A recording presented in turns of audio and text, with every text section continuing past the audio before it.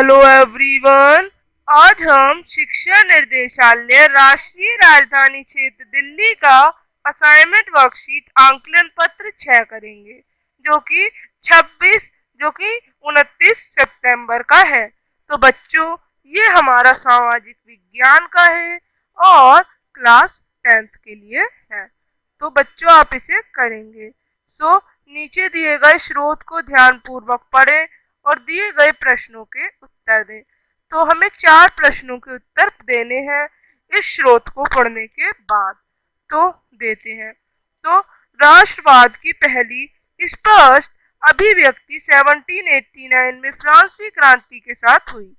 फ्रांसीसी क्रांति में राजनैतिक और संवैधानिक बदलाव हुए। उनसे प्रभुसत्ता राजतंत्र से निकलकर फ्रांसीसी नागरिकों के समूह में हस्तांतरित हो गई। क्रांति की घोषणा अनुसार अब लोगों द्वारा राष्ट्र का गठन होगा और वे ही उसके नियति तय करेंगे। 19वीं सदी के दौरान राष्ट्रवाद एक ऐसी ताकत बनकर उभरा जिसमें यूरोप के राजनीतिक और मानसिक जगत में भारी परिवर्तन लाए गए। इन परिवर्तनों से अंततः यूरोप का बहुराष्ट्रीय वंशीय साम्राज्य के स्थान पर राष्ट्र राज्यों का उदय हुआ। राष्ट्र राज्य में न केवल उनके शासक बल्कि उसके अधिकांश नागरिकों में भी एक साझा पहचान का भाव और साझा इतिहास या विरासत की भावना थी। तो यह आपने इसका स्रोत पढ़ लिया। अब आप प्रश्नों के उत्तर देंगे। फ्रांसीसी क्रांति कब हुई? तो कब हुई थी? सी ऑप्शन 1789 में। फ्रांसीसी क्रांति का परिणाम क्या हुआ?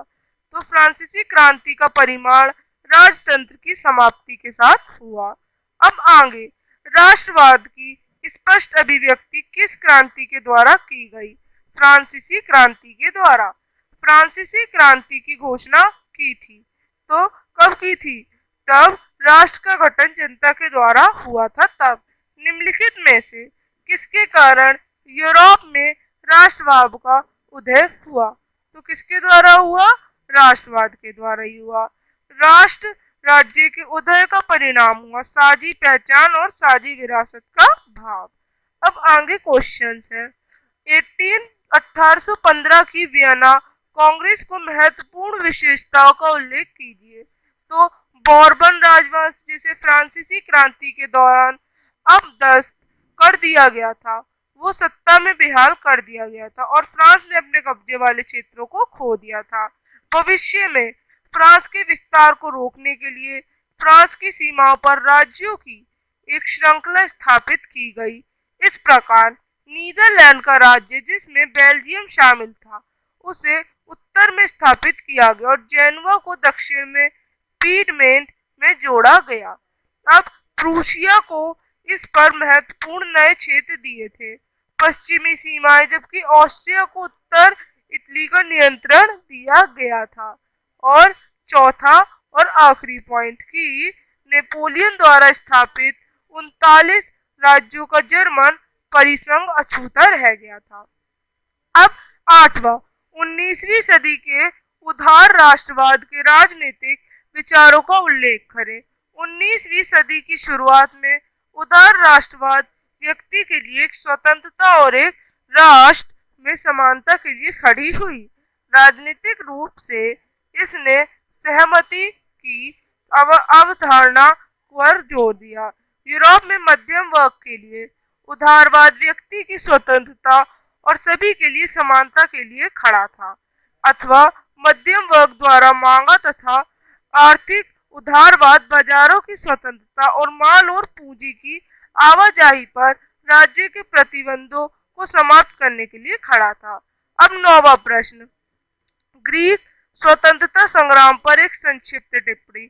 यह 1821 से 1829 के बीच में ओटोमन साम्राज्य के खिलाफ ग्रीक क्रांतिकारियों द्वारा छेड़ा गया स्वतंत्रता का एक सफल युद्ध था। ये यूनानियों को फ्रांसीसी साम्राज्य, ग्रेट ब्रिटेन और रूसी साम्राज्य जैसी पश्चिमी यूरोपीय देशों को समर्थन प्राप्त था, जबकि कवियों और कलाकारों ने ग्रीस को यूरोपीय सभ्यता का पालन कहा और इस संगठन ने अंजाम दिया। अंत में 1832 में कॉन्स्टेंटिनोपल को संधि ने ग्रीस को एक स्वतंत्र राष्ट्र के रूप में मान्यता दी।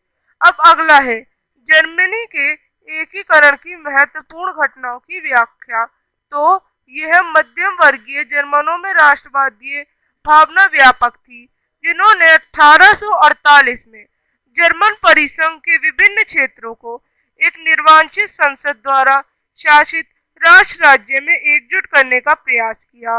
राष्ट्र निर्माण के लिए इस उदार पहले को हालांकि राजशाही और सेना की संयुक्त ताकतों द्वारा दबा दिया गया, पर जिसे प्रोशिया के जनरक्स नामक बड़े जमींदारों द्वारा समर्पित किया गया था। तब से प्रूशिया ने पर कब्जा कर लिया और राष्ट्रीय एकता का आंदोलन का नेतृत्व कर लिया।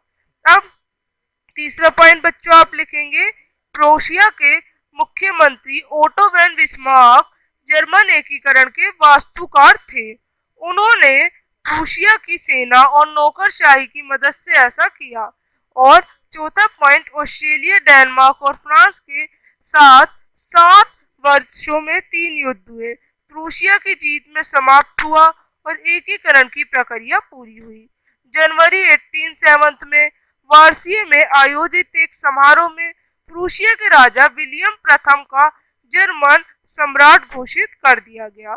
तो हमारे 10th क्लास के सभी बच्चों, ये था हमारा आकलन कार्य पत्र। अब हम मिलेंगे अगले आकलन पत्र के साथ, तब तक के लिए बाय। तो सभी बच्चों हमारे चैनल को आप लाइक कर लें और सब्सक्राइब कर लें, ताकि आपको सभी वर्कशीट्स और सभी असाइनमेंट्स और सभी सैंपल पेपर मिल सके। तो bye everyone, we will meet again with next worksheet.